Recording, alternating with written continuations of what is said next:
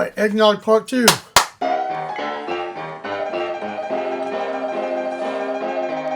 Season's greetings and salutations, you lovely degenerates, and welcome back to the Fuzzy Wallflower. We explore weird and forgotten drinks as they're made nice kids. I'm your host, Corey. Yes, today we are going to go into Part 2 of my eggnog journey. This is more just trying a few store-bought brands just to see if it's vastly different than I remember. But, you know, if you watched Part 1, you'll see my journey of my dad making us drink this growing up, and we had a hard time bringing ourselves to try it, and I made homemade versions, and I thoroughly enjoy the homemade version because it tastes like ice cream.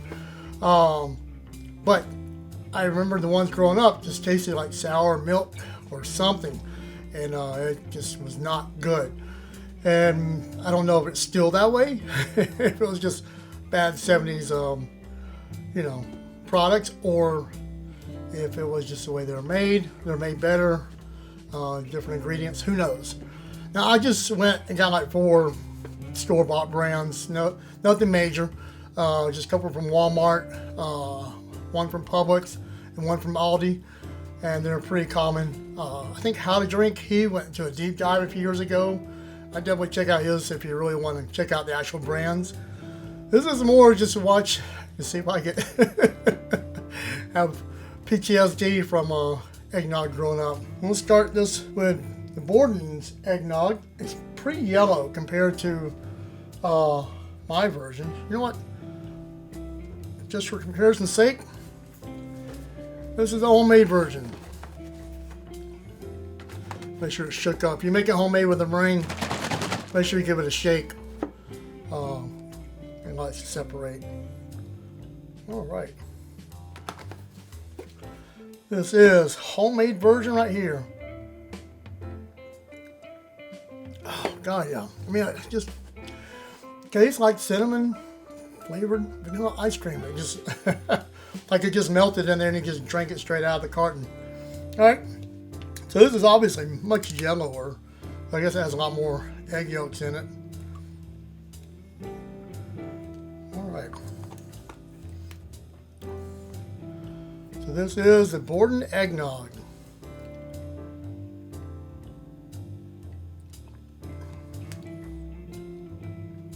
It's pretty thick. It's pretty sweet. It definitely tastes eggier. I don't really taste any. It probably didn't have any cinnamon in there. I don't taste any cinnamon. Got nutmeg, a bunch of other stuff I can't. It's got turmeric in it. That must be where the yellow comes from. Yeah, there's no vanilla, there's no cinnamon, so, but it's not bad. It's drinkable, especially if you put some Baileys or something in it. Now this one is Mayfield dairies. Probably give it a little shake just in case. Let's see what we got here. It's pretty yellow too.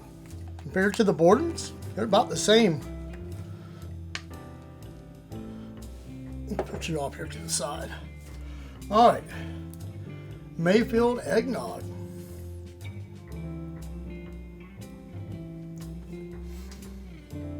It's got kind of a bubble gum flavor.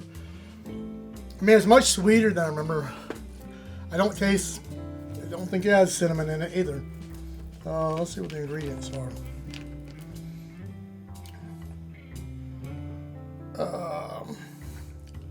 Nutmeg and turmeric. Looks like it has about the same ingredients as that. They're probably made by the same company with different names on it. I mean, it's drinkable. I mean, it's just real sweet. Like I said, it tastes more bubble gummy than that does. And maybe some of the other sweeteners in it. I don't know. And we'll try the pet eggnog. Now, I do make note, all these are non-alcoholic. We grew up in a non-alcoholic house. I already have a cocktail channel. So I figured it's best to try what I remember, because you can always add alcohol to it. Maybe in the future might be a good one to try some alcoholic ones, but right now we're just we're having therapy time right now. All right, so this is a pet eggnog. And it's pretty freaking yellow too. Let's see what. It looks like he's got about the same ingredients. It's probably going to taste about the same.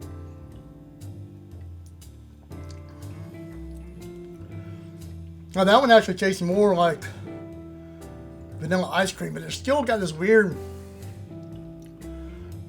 some weird taste. Maybe it's the high fructose corn syrup one. The sweetness tastes weird compared to using real sugar.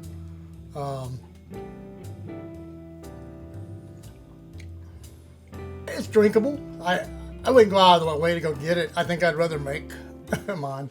We got one more, and this is Southern Comfort Vanilla Spiced Eggnog, non-alcoholic. So I'm curious. This one actually has, well, it says vanilla, but I don't see any vanilla in here. It just says spice. So I am curious, especially considering SoCo is a, ooh, I had some bad nights with SoCo back in college. And this seems to be a little lighter.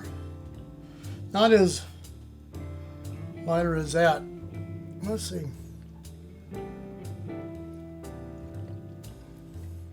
Yeah, out of all of them, this one tastes closer to homemade.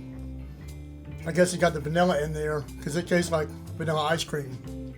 It's still a little, maybe a little eggier, but you know, if I were to buy these again, I would probably buy the Southern Comfort because it's more like what I made.